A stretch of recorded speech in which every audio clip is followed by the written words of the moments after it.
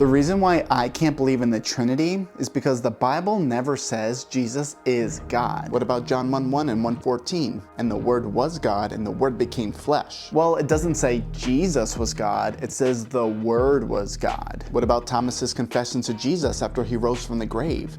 He calls him my Lord and my God, and Jesus doesn't correct him. Well, Thomas may have said that, but when Jesus asked his disciples, "Who do people say I am?" Peter said, "You are the Christ, the Son of the living God." Isn't that the same Peter who also wrote in his letter, by the righteousness of our God and Savior Jesus Christ? Okay, well, maybe Peter called Jesus God there too, but God is just a term that can be used of a judge or a ruler or a person of high esteem. It's not like he's our great God and Savior like Isaiah says. Well, what about when Paul writes our great God and Savior Jesus Christ? Well, maybe his followers said that, but it's not like God the Father ever calls him God. What about Hebrews 1:8? But of the Son, the Father says, your throne, O God, is forever and ever. All right, fine.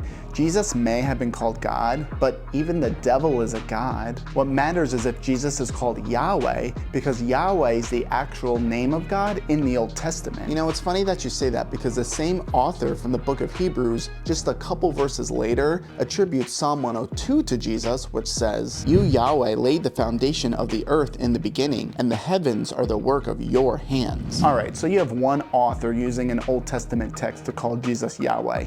Big deal. It's not like you're gonna find that anywhere. Well, John also writes this about Jesus in John 12. These things Isaiah said because he saw his glory and he spoke about him. Isaiah saw the glory of Yahweh in Isaiah 6 when he sees Yahweh sitting on his throne. And in John 12, John says Isaiah sees Jesus sitting on the throne. All right, fine.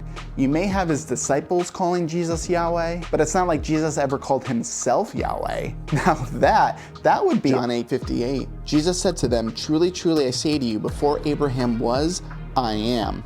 I am, which is the Greek rendering of the name of God in the Old Testament. Yeah, I know. But was that Jesus really calling himself Yahweh there? I mean, I feel like it's debatable. All right, how about Jesus calling himself the first and the last, which again, according to Isaiah, is a title only for the God of Israel, Yahweh. Context really matters. It doesn't mean Jesus is God just because they share a divine name. What about Jesus possessing all the qualities and characteristics that only belong to God?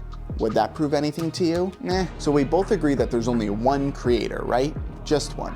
Isaiah makes that so clear. I am Yahweh who made all things, who alone stretched out the heavens, who spread out the earth by myself.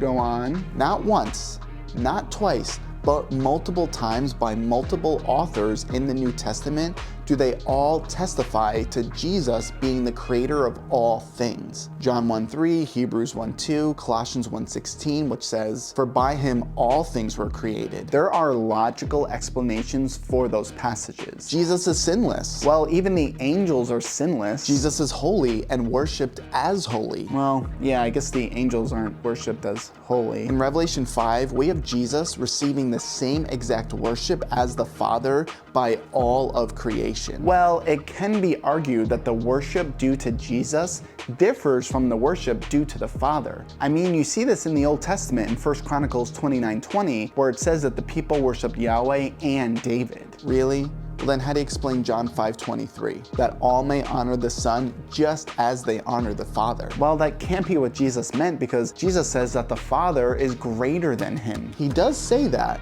but his literal next sentence is, I and the Father are one. And the Jews then pick up stones to stone him for saying that. The Jews misunderstood Jesus. They thought he was saying that he is equal to the Father, but that's why Jesus corrects them by quoting Psalm 82. Did Paul also misunderstand Jesus when he wrote in Philippians, Jesus Christ, who though he was in the form of God, did not count equality with God a thing to be grasped, but emptied himself. See, this is the thing about you Trinitarians. You don't know about context or the original audience. All you know are things that are made up by the 4th century church fathers and their Greco-Roman mindsets. So let me get this straight. I have brought up explicit texts that call Jesus God, that call him Yahweh, that give him titles that belong only to Yahweh. I brought up texts that prove Jesus' equality to the Father and how he possesses characteristics that only God himself can possess. I have exhausted every possible way of proving to you that Jesus is God from the Bible, and yet it's not enough? Well, you want to know why I can't believe in the Trinity? Why is that? The reason why I can't believe in the Trinity is because the Bible never says that Jesus is God. Oh no.